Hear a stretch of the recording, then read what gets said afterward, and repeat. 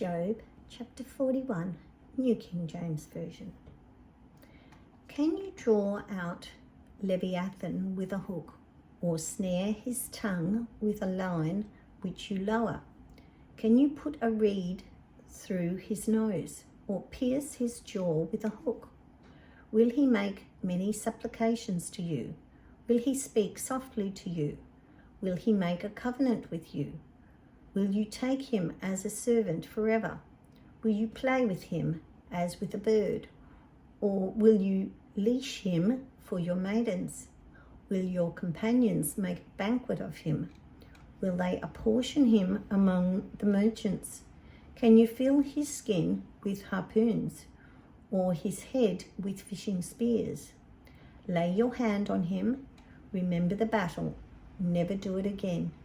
Indeed, any hope of overcoming him is false.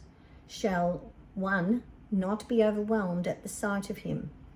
No one is so fierce that he would dare stir him up. Who then is able to stand against me?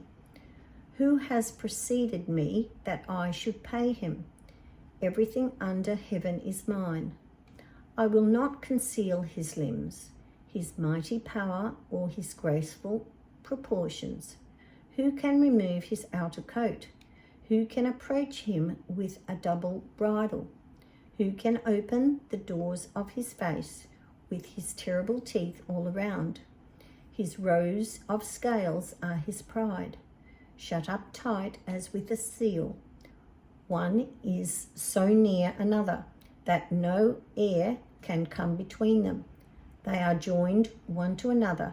They stick together and cannot be parted. His sneezings flash forth light, and his eyes are like the eyelids of the morning. Out of his mouth go burning lights. Sparks of fire shoot out. Smoke goes out of his nostrils, as from a boiling pot and burning rushes. His breath kindles coals, and a flame goes out of his mouth. Strength dwells in his neck, and sorrow dances before him. The folds of his flesh are joined together. They are firm on him and cannot be moved. His heart is as hard as stone, even as hard as the lower millstone. When he raises himself up, the mighty are afraid. Because of his crashings, they are beside themselves. Though the sword reaches him, it cannot avail, nor does spear, dart, or javelin. He regards iron as straw and bronze as rotten wood. The arrow cannot make him flee. Sling stones become like stubble to him. Darts are regarded as straw. He laughs at the threat of javelins.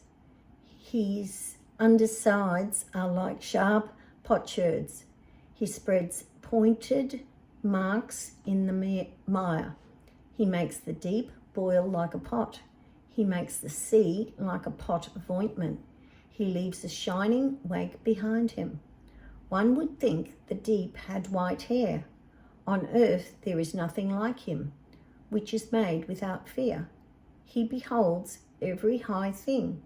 He is king over all the children of pride.